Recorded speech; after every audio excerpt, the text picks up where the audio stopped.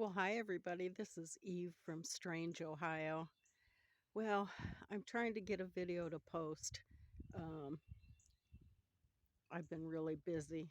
Everybody's really busy, but it's hard to take care of everything. I'm old, but I still have hope.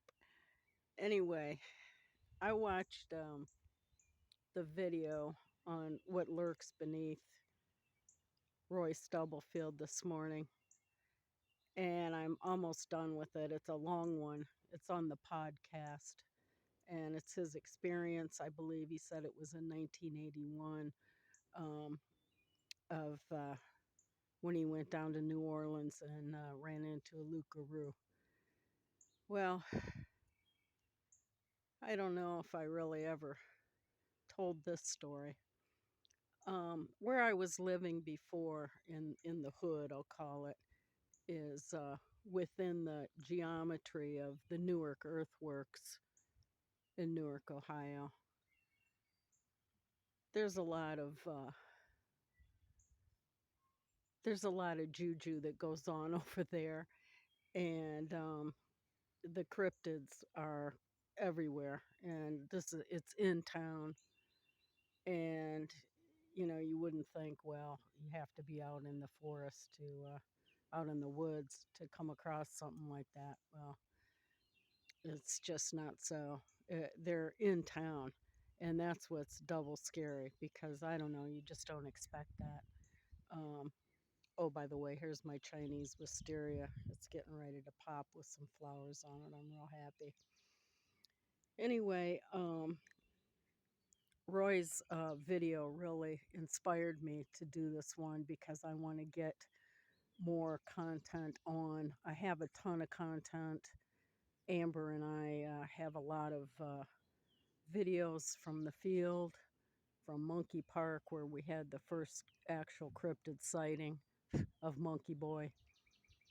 And we have a lot of still photographs of footprints from, and these are a lot of them, the majority of them are from in town. Now, she and her husband, Amber and her husband, who's my tracking partner, um, have been going down to Hocking Hills down in Logan, which is very well known for a lot of weird activity down there. And she's been finding, I mean, every time they go down there, they're finding prints. I mean, it's ridiculous. They're everywhere. Um, anyway, back to Roy. I am so inspired. I hope he contacts me, because I would like to compare notes. I dropped a comment on the podcast to please get a hold of me, and I don't know if he will. And I can understand reluctance, uh, because I also have that shell shock kind of thing after all of my experiences at the old house.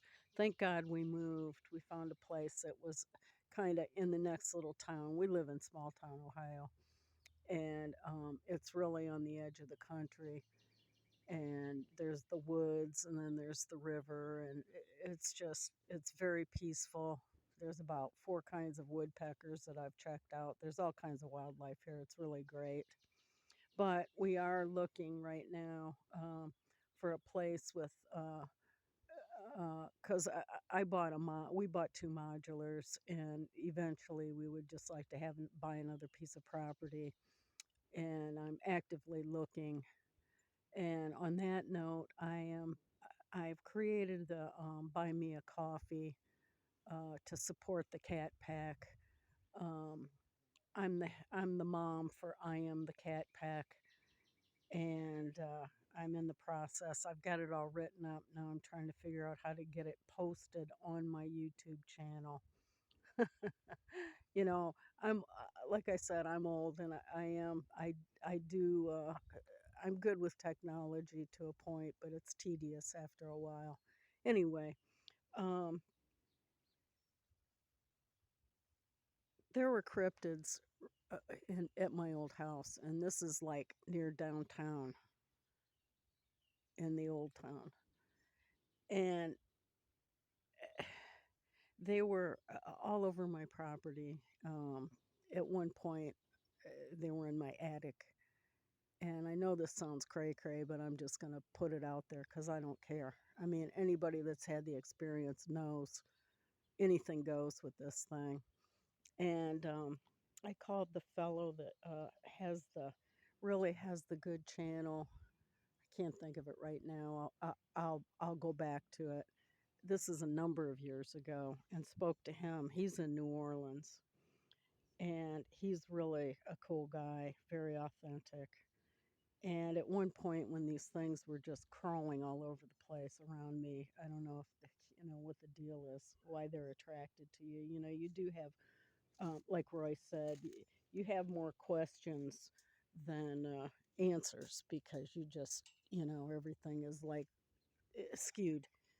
Anyway, at one point, this thing was in my. I lived in a post Civil War house, and I bought it because it matched the furniture that I had after my divorce. I had a huge amount of big mahogany 1880, 1860 furniture, and I tuned into this house and got it and moved in, and it was old.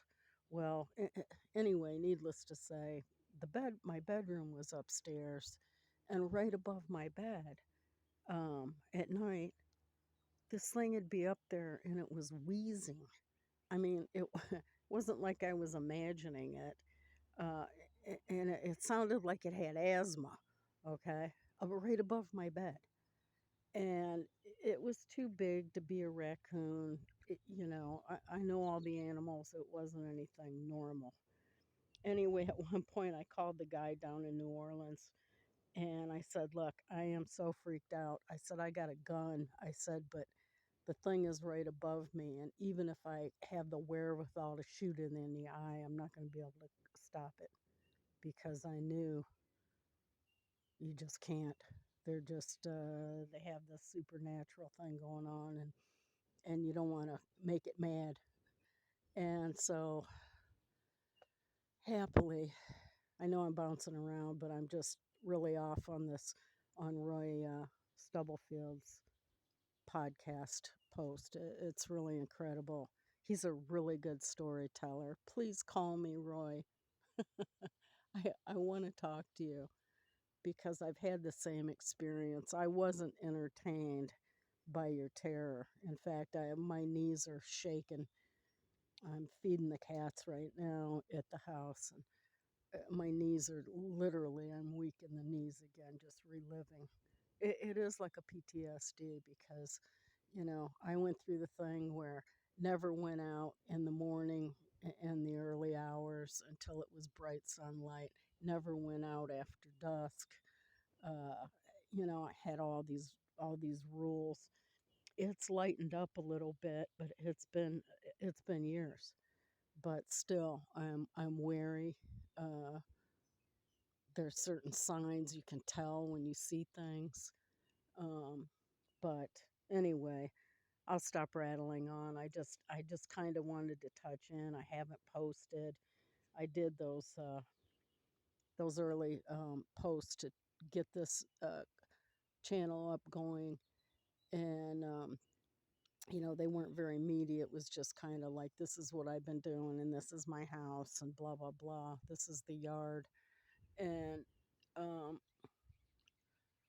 we have a lot of deer. I'm gonna pan the hill. This is right in back of my modular here. Um, and anyway, I'm going to start uploading some of these stills and some of the stories. So please bear with me and stay tuned. And if you feel like you could give me a tip on Buy Me a Coffee, I'd really appreciate it. I've got these rescue cats, and we've been paying for them out of pocket. I'd like to get them fixed so that they don't, the numbers don't get out of hand, and get their shots and everything. I'd like to get them a bath, but I'm paying somebody because bathing a cat is not the easiest thing in the world. Anyway, okay, well, you guys, I love you and thank you for your kind attention. And I hope you'll be able to see this and enjoy the stuff I'm going to post. Okay, signing off. This is Eve from Strange, Ohio.